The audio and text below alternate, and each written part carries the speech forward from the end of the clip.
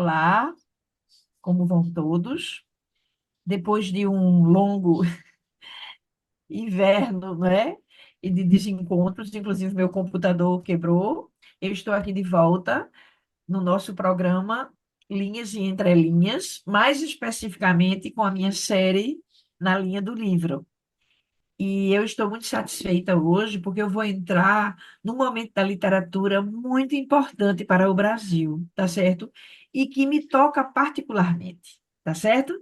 Então, eu estou feliz, vamos continuar os nossos aprendizados, né? Eu também aprendo muito aqui, embora tenha muita dificuldade em lidar com essas questões tecnológicas, mas o nosso querido Alexandre sempre ajuda e sempre está de boa vontade.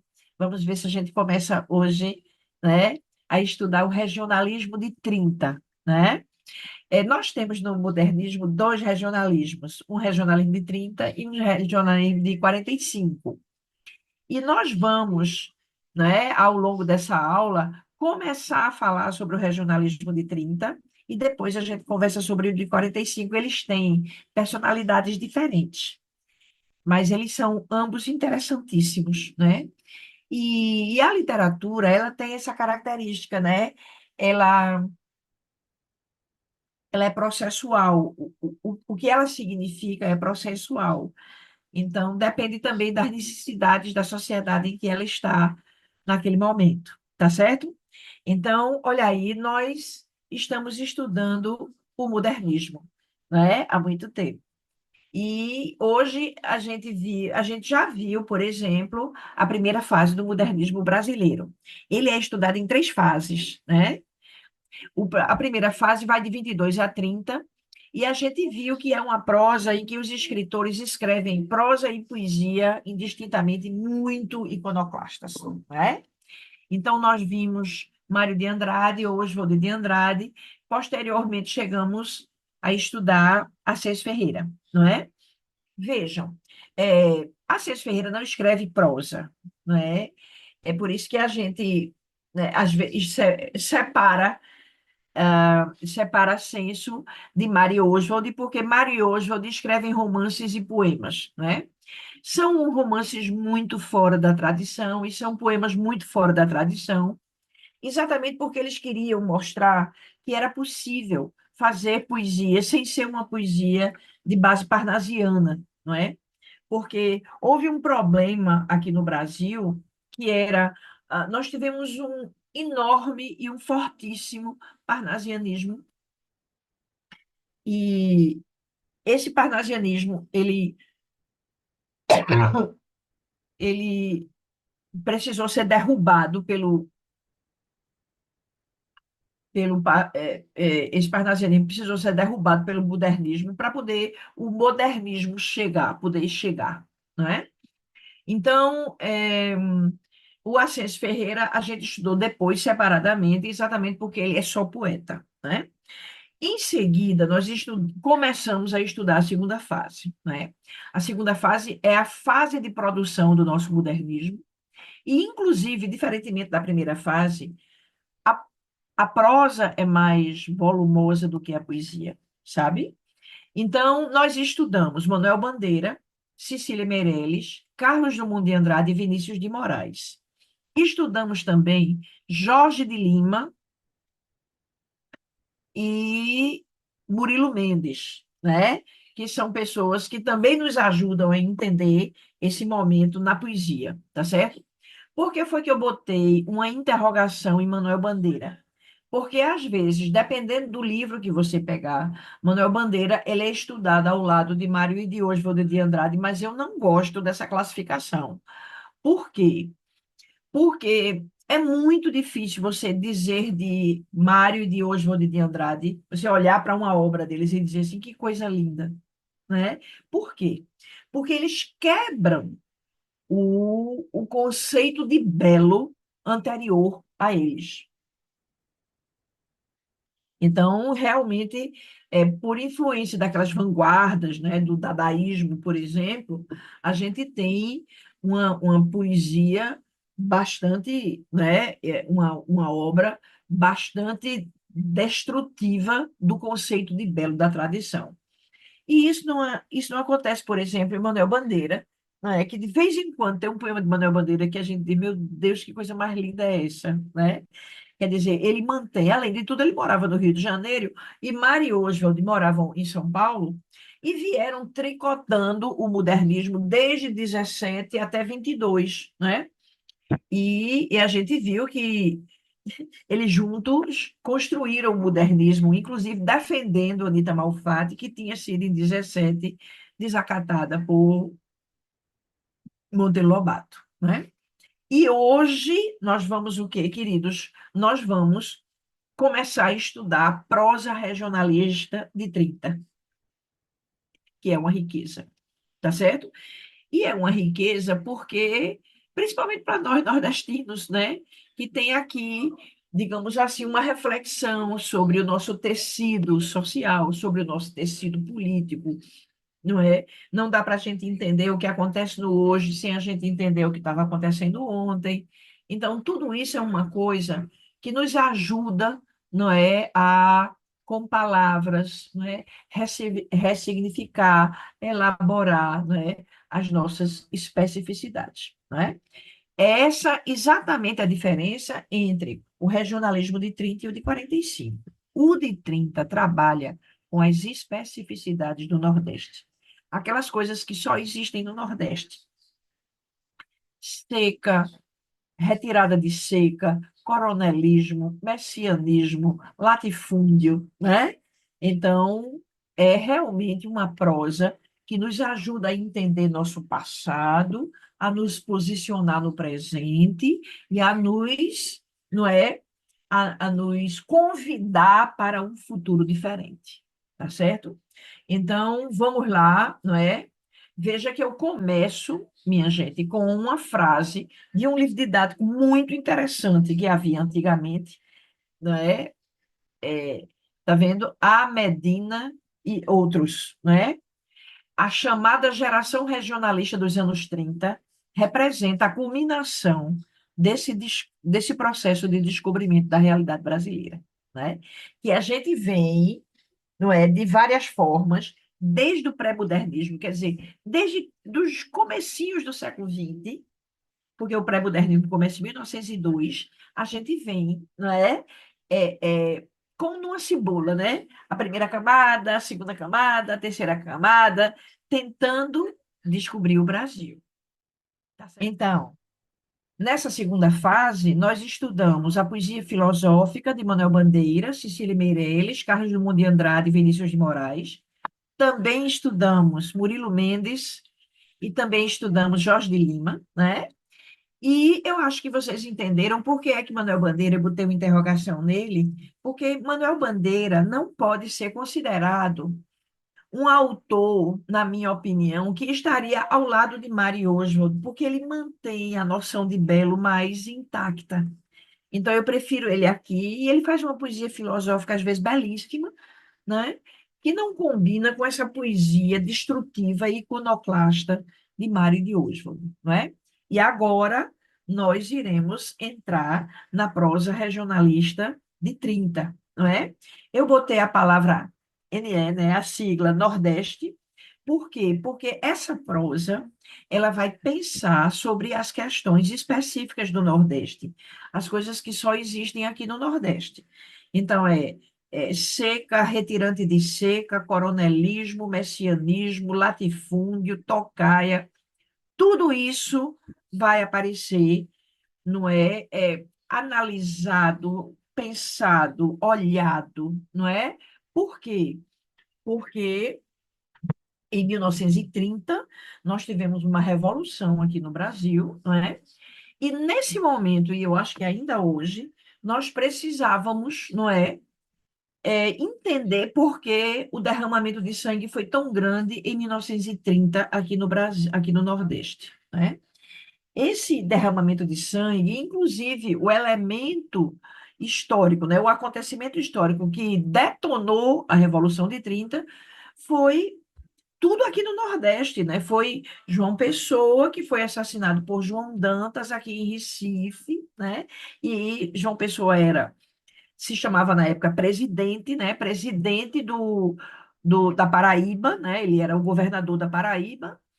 E tudo isso terminou detonando a Revolução de 30, né?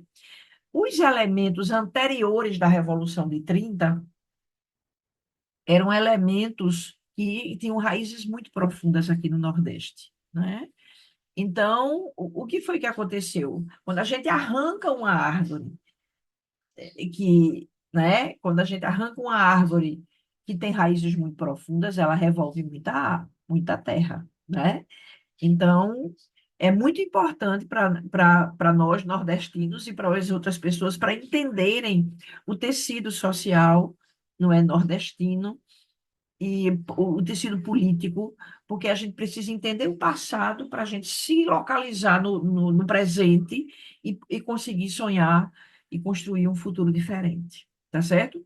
Então, nós temos aqui, eu botei 4 escritores, né? Raquel de Queiroz, Elis do Rego, Jorge Amado e Graciliano Ramos, mas hoje, junto de Raquel de Queiroz, eu vou conversar sobre Zé Américo de Almeida, que é, digamos assim, o escritor que abriu as portas do modernismo e do regionalismo de 30 para os outros, tá certo?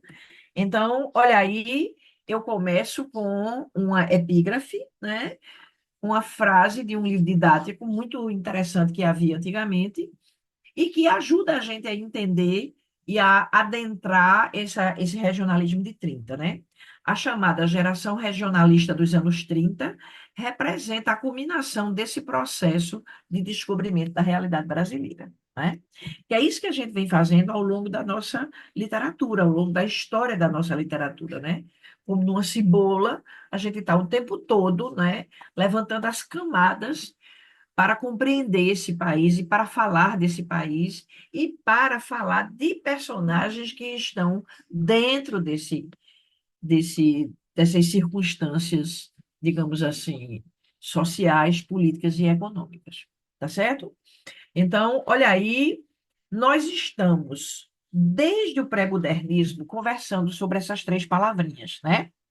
O que é um livro pré-modernista?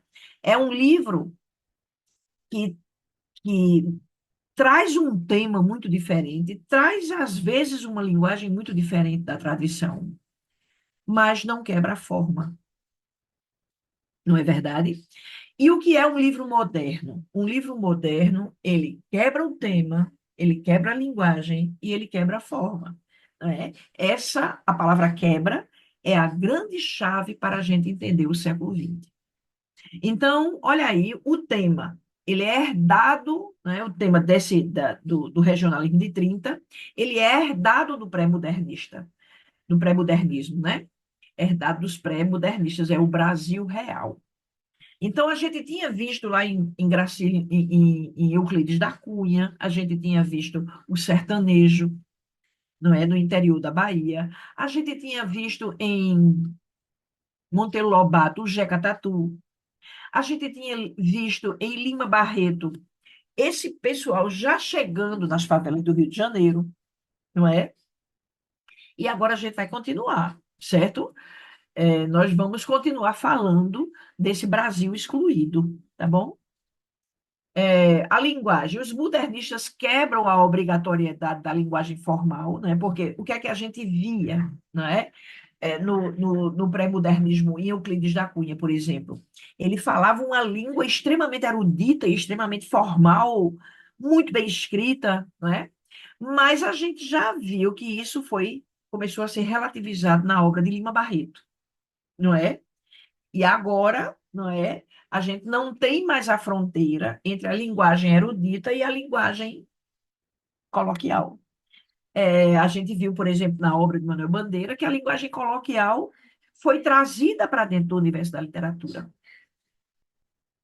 Isso não significa que ele não criava com esta linguagem a questão da conotação e da polissemia de jeito nenhum, né?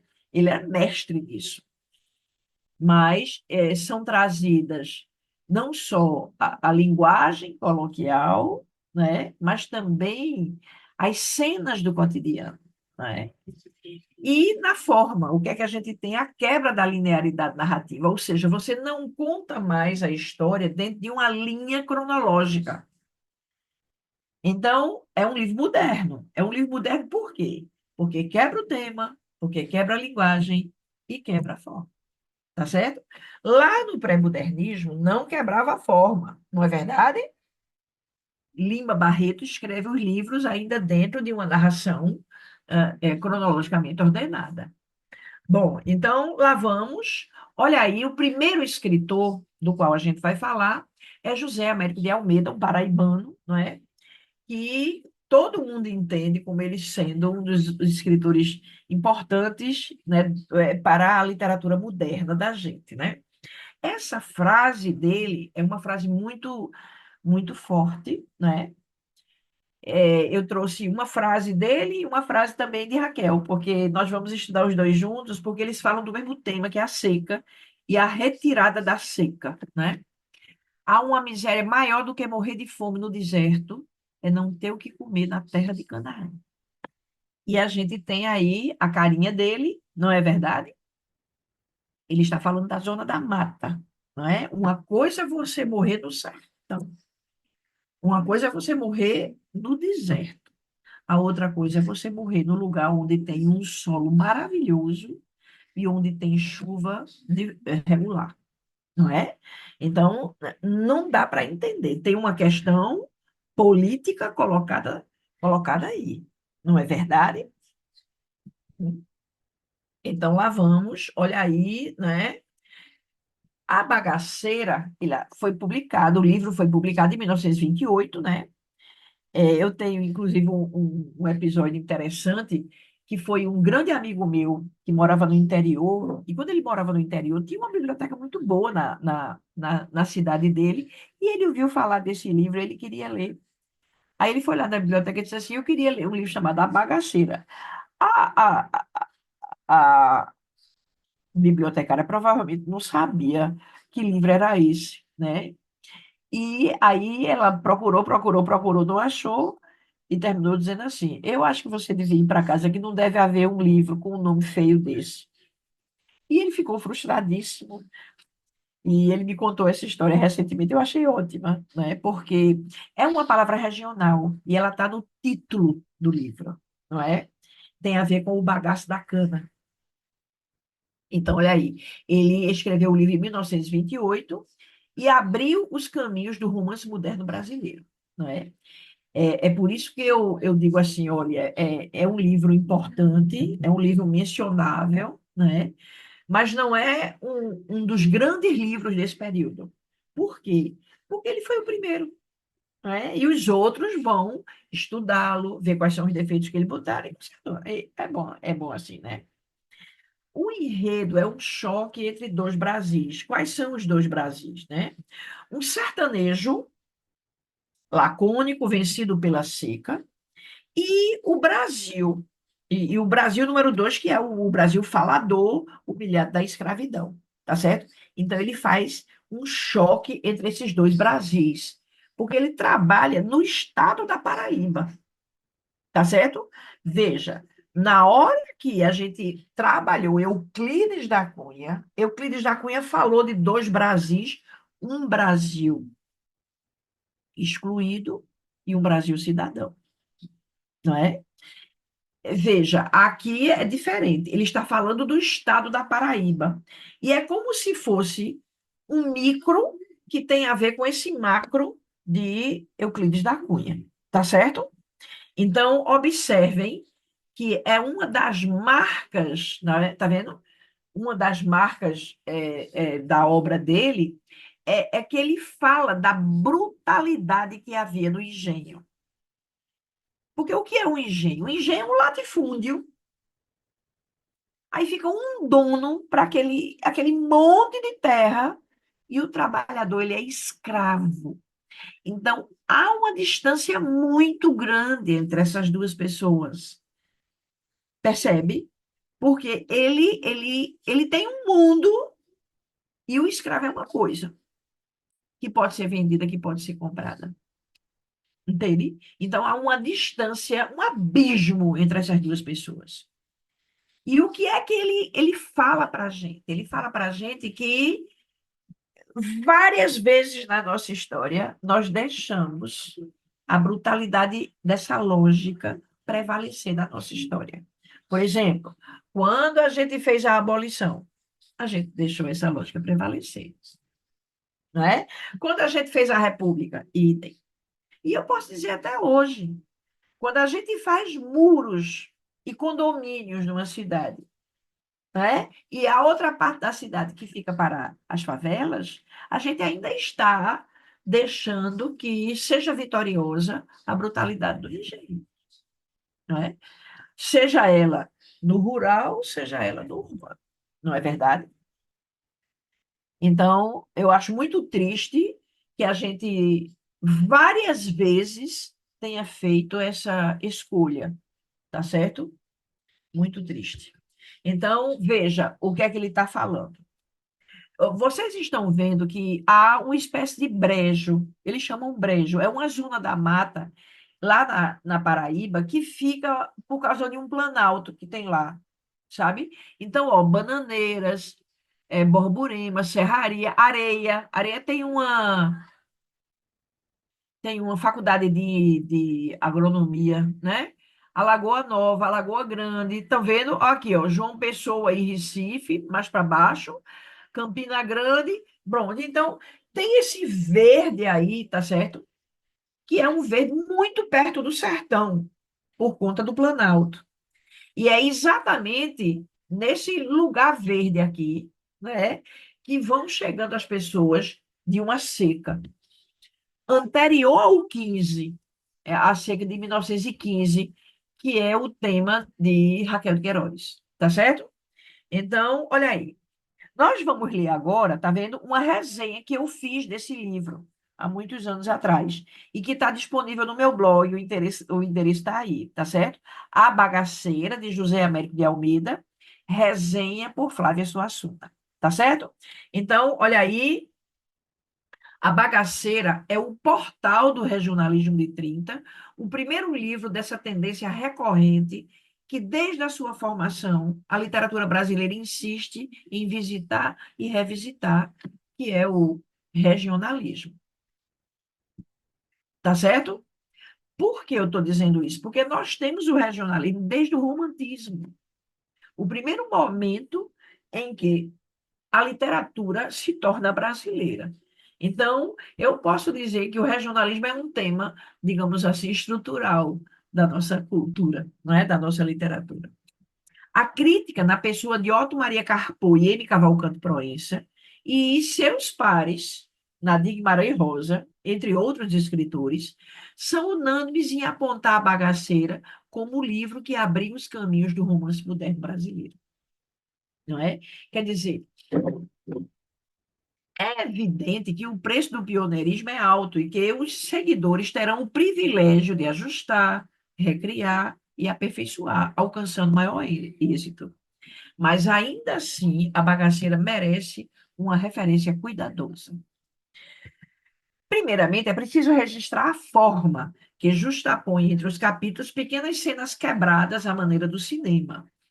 Isso desconstrói a linearidade narrativa típica da narração, da tradição, e coloca realmente o livro na galeria modernista, né? Além dessa modernidade na composição, há o traço linguístico ou estilístico propriamente dito.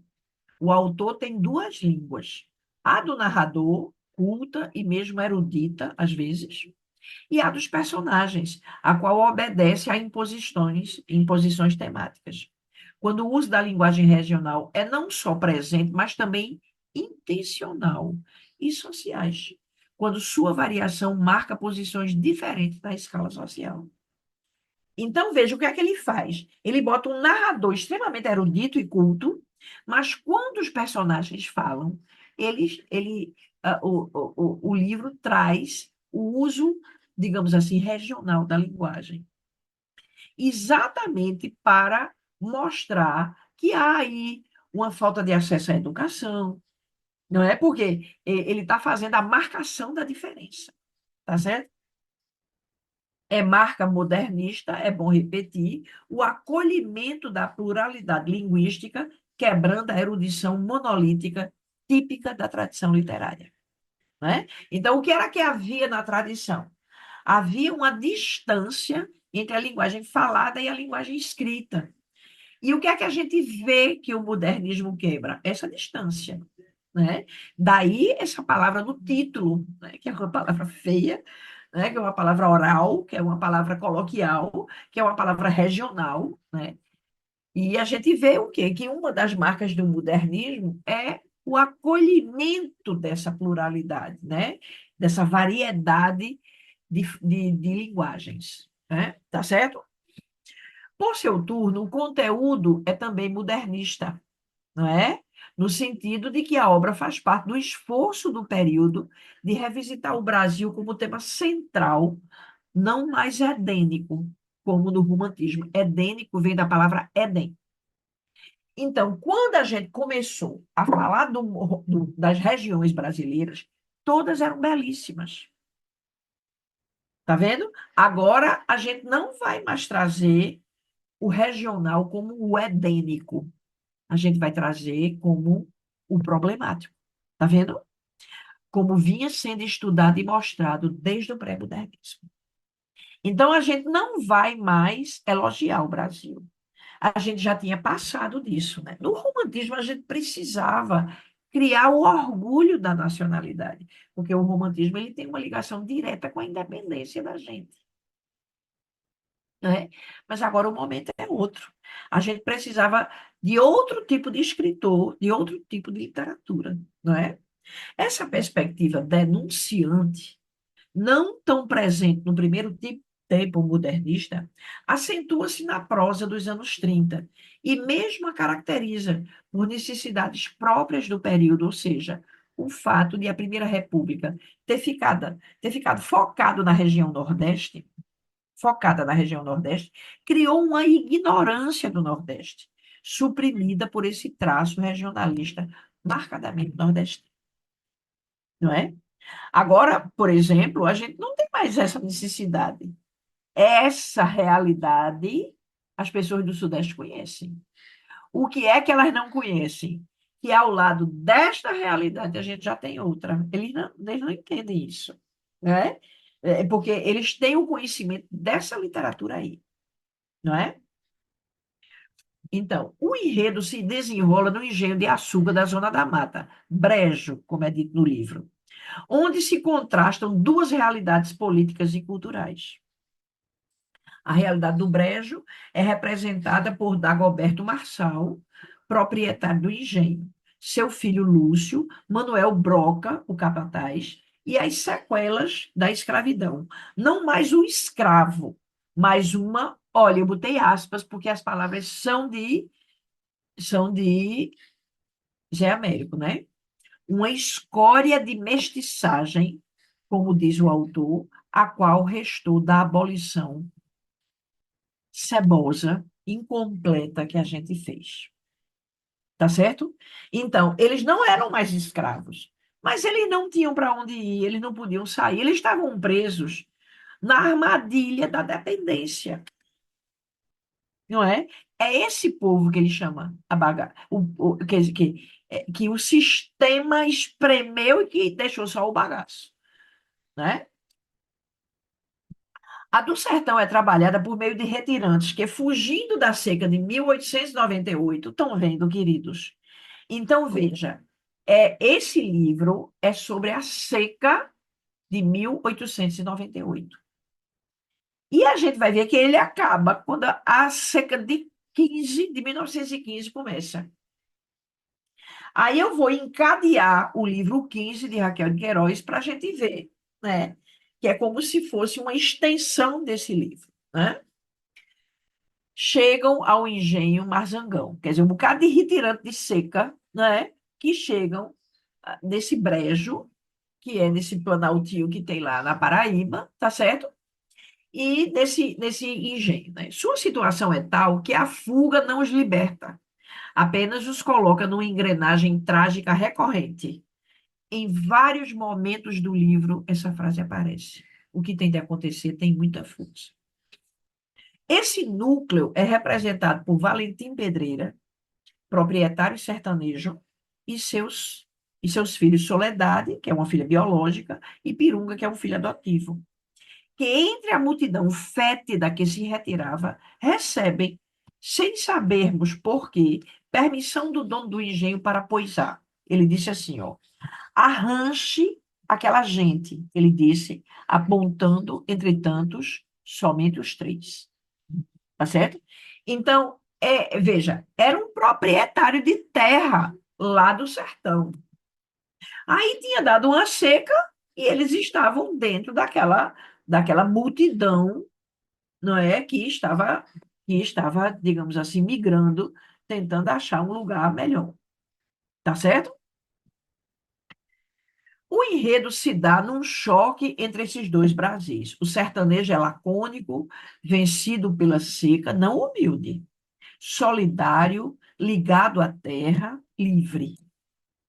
O brejeiro é falador, humilhado pela escravidão, egoísta, subjugado pelo feitor, elo importante da corrente interminável que prende tudo dentro dessa lógica primitiva de propriedade e de autoridade.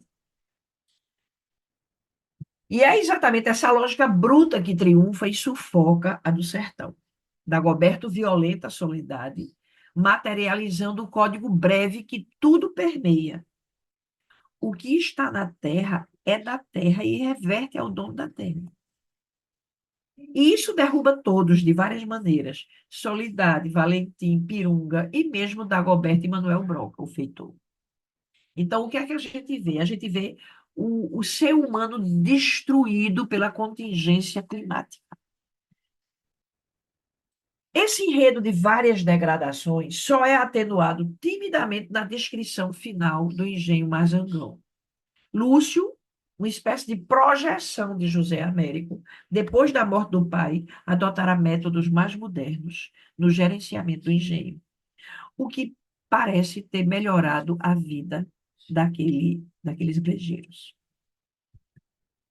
Mas, diz o narrador no último quadro, a felicidade gerada suprimira a alegria, e a seca de 1915 reproduzia os mesmos quadros.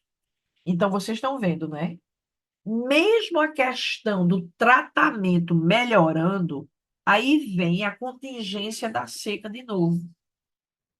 Ou seja, a estrutura política e, consequentemente, agrária do Brejo, ou a terra de Canaã, como é dito no livro, continua a transformar a gente em bagaço. E os poderes públicos continuam indiferentes à seca. Tá vendo? Então, qual é o personagem principal do livro? É a seca. É claro que, paralela à seca, tem uma questão fundiária, tem uma questão latifundiária, não é? Mas tanto Zé Américo como Raquel elegem a seca como o fator mais forte de destruição do sertanejo. Tá vendo? Olha aí, Raquel de Queiroz, ela é cearense, né? E a frase que eu trouxe dela é: doer, dói sempre, só não dói depois de morto, não é? Então, porque a vida toda é um doer. Estão vendo? Então, realmente, ela escreveu o 15 quando ela tinha apenas 20 anos. Mas ela tem essa visão aí muito, muito fatalista, né? Então, vamos lá.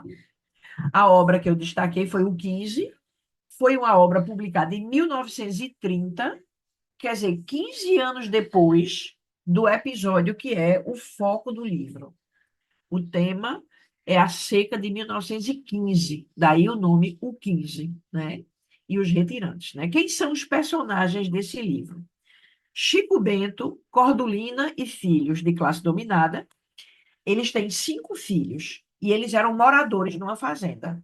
Até que os donos já tinham ido embora, tá certo? Chegou a seca, os donos já tinham ido embora da terra, tá certo? E eles ficaram até o último momento, mas terminaram tendo que sair também. Nessa viagem que eles fizeram, eram 5 filhos, um se perdeu, ninguém sabe, ninguém dava notícia dele, um se perdeu, e o outro morreu porque estava com muita fome e comeu uma macaxeira daquelas bravas e terminou morrendo envenenado, tá certo? Então, esses retirantes, essa família, chega, aí lá vem uma coisa que é de cortar o coração, que é o seguinte: a existência no Ceará de campos de concentração, campos de refugiados, onde os retirantes deveriam ir, né? Porque ali eles receberiam do governo uma assistência melhor. Só que essa assistência não era suficiente, né? As pessoas das cidades ajudavam, traziam roupa, traziam comida, traziam água, mas essas pessoas ficaram em condições péssimas nesses campos de refugiados, não é? Que foram, que foram construídos lá em Fortaleza ainda antes dos campos de concentração europeus, tá certo? Então, porque não queriam que as pessoas chegassem em Fortaleza, porque na chega de 1898, eles tinham chegado e até a mulher do governador morreu de uma epidemia de varíola que deu.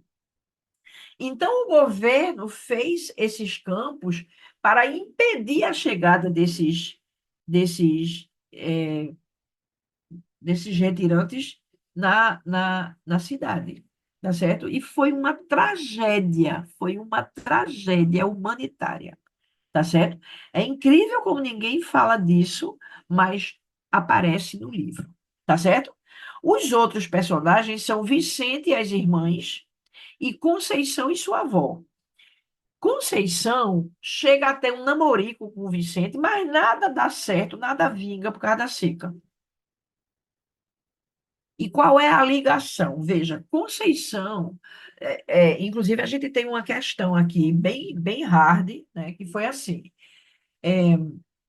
Raquel de Queiroz era comunista, e quando ela escreveu o 15, o partido chamou-a e mandou ela mudar o livro e dizer assim, que quem era proprietário não tinha sofrido, e quem era não proprietário tinha sofrido os efeitos da seca. Aí ela disse assim, mas não foi isso que eu vi. E veja, já estava registrado lá na bagaceira, não é? Que o personagem que veio e que ficou arranchado no engenho, ele era proprietário. Isso já estava registrado lá, né? E Raquel de Queiroz disse: Eu não vou mudar o livro, não. E ela saiu do partido por conta disso, tá certo? E ela se tornou muito avessa à visão de esquerda, porque era uma visão que, que dirigia o que devia ser escrito, né? Essa literatura, ela se chamou lá na Rússia de literatura planejada, né? Que é uma literatura que dizia o que o governo da Rússia queria que fosse dito, sabe? É, isso deu uma guinada muito grande na cabeça de Raquel de Queiroz, e há, inclusive, vídeos de ela, não é? Ela ficou, inclusive, com muita raiva, né? Porque ela queria, ela queria poder pensar diferente das pessoas de esquerda. E as pessoas de esquerda não permitiam, né? Tem um debate muito grande dela com uma pessoa acho que no Roda Viva, uma coisa assim, que de vez em quando, né, corre no WhatsApp da gente, tá certo? Bom, Conceição, ela ia para o campo de refugiado, a personagem, e ela ajudou a um dos filhos de Cordulina a sobreviver. Ele chegou pele e osso e ela com um algodãozinho botava uma gotinha de leite na boca dele e terminou que na hora que Chico Bento e Cordulina quiseram ir para o norte do país,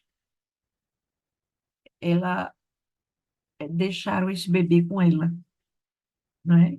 E ela cuidou dele, tá certo? Adotou ele.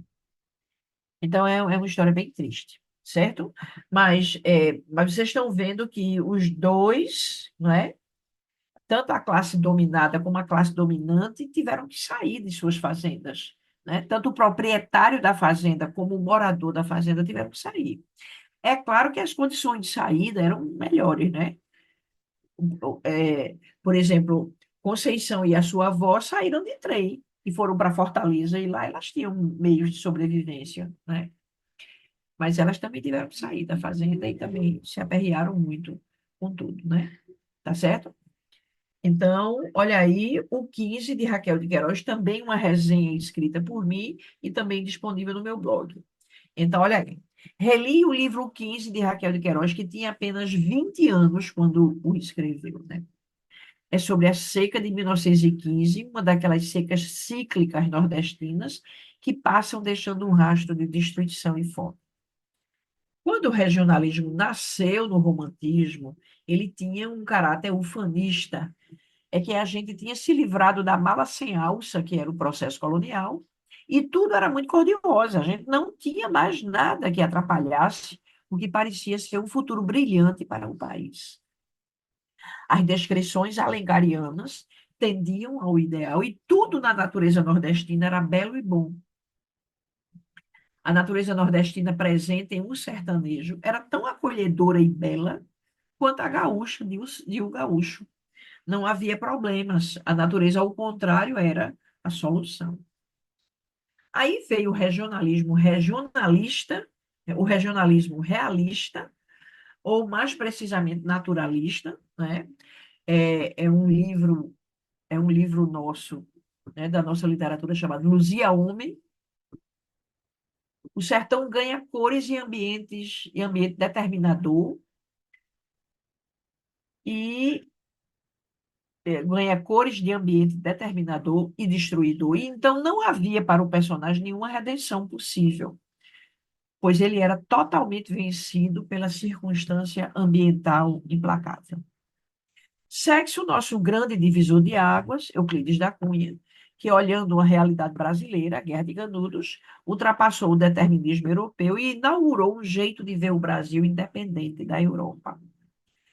O regionalismo nordestino de 30 é herdeiro dessa perspectiva, ou seja, olhando realidades nossas, a seca, a estrutura fundiária injusta, o patriarcalismo, a pobreza, as reações, a falta de horizontes, as relações sociais, familiares, o costume, o atavismo religioso, as linguagens desviantes, o estudo das expectativas, o autor se impõe o papel de denunciar o problema, avaliar causas e efeitos, descrever circunstâncias, analisar diferenças e semelhanças, comparar, explicar as especificidades nordestinas ao resto do Brasil, que precisava entender o porquê de aqui ter sido tão sangrenta a Revolução de 30.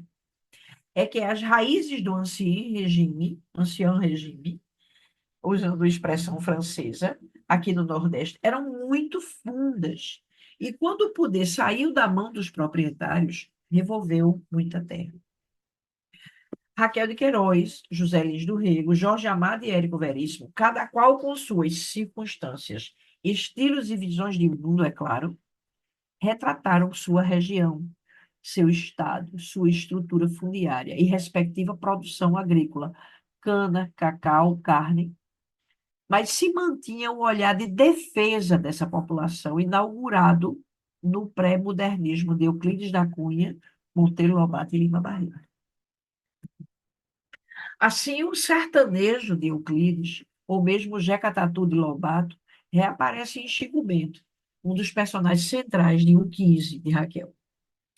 É que o livro tem dois núcleos paralelos e que se interligam, o de Chico Bento e sua família, sua esposa Cordulina e seus 5 filhos, que a seca reduziu a 2, de classe dominada, e sua marcha de retirada da seca totalmente destruídos, e o de Vicente e suas irmãs Conceição e sua avó, de classe dominante, também afetados pela seca, embora de forma menos intensa. Em Raquel, muito mais do que a estrutura fundiária, é a seca a personagem central. É ela que quebra o equilíbrio mínimo de sobrevivência que os outros personagens têm. É ela o elemento desarticulador e desagregador que detona o texto como resposta necessária do autor, ou missão, ou ato de responsabilidade possível. É um livro triste, pois não há luz no fim do túnel da seca, vista como um atavismo inescapável, cíclico, desagregador. As mudanças não trazem felicidade, só conformação, aceitação do inevitável e realização do amor, embate inútil entre o homem e a natureza titânica, invencível na sua brutalidade e na sua perseguição. O que me admira é uma moça de apenas 20 anos pensar assim, não é? Então, a nossa querida Raquel tem outras obras, não é? Mas é essa a primeira que ela escreveu. Acontece isso às vezes. Às vezes o livro mais importante de um autor é o primeiro, às vezes é o do meio, às vezes é o último, né? O livro mais importante, mais impactante de Raquel é o 15, né? Porque ela falou de uma coisa que não tinha sido falada anteriormente. Era uma nova questão que se apresentava no contexto em que ela viveu. Então, terminamos a nossa apresentação de hoje. Foi um tema muito triste, né? E é, infelizmente, um tema que ainda merece atenção, merece solução, né? É por isso que é tão importante que a gente tenha essas obras, né? Porque a gente pode relê-las, a gente pode ver aonde foi que a gente parou, aonde foi que a gente conseguiu avançar, né? E a gente faz toda uma análise sobre essas questões que são importantíssimas e que precisam ser solucionadas, né? Nós, na próxima, no nosso próximo encontro, continuaremos falando sobre o Regionalismo de 30, tá certo? E eu acho que o Regionalismo de 30 ele precisa ser encarado, ele precisa ser lido, ele precisa ser conhecido, tá certo? Por quê? Porque nós ainda estamos nessa seca, né? É claro que a gente tem hoje meios de comunicação, meios de transporte muito mais rápidos, e a gente pode, né, movimentar os alimentos de forma muito mais competente, mas é ainda uma questão que a gente precisa aprender, que a gente precisa solucionar. Então, eu me despeço de vocês, prometendo uma volta, né, com provavelmente José Lins do Rego. Ele tem um livro lindo chamado Fogo Morto, e nós vamos bater um papo sobre ele, né? E eu quero também agradecer a presença de vocês, as visualizações, tá certo? E E o agradecimento, como sempre, é ao mesmo tempo um elogio, não é? Porque nós somos um canal que, apesar de todas as dificuldades, né, estamos aqui pensando o país, pensando a partir de várias perspectivas, em saídas, e nós vamos, a partir disso tudo, terminar, não é, construindo um futuro melhor, tá certo? Então, até mais.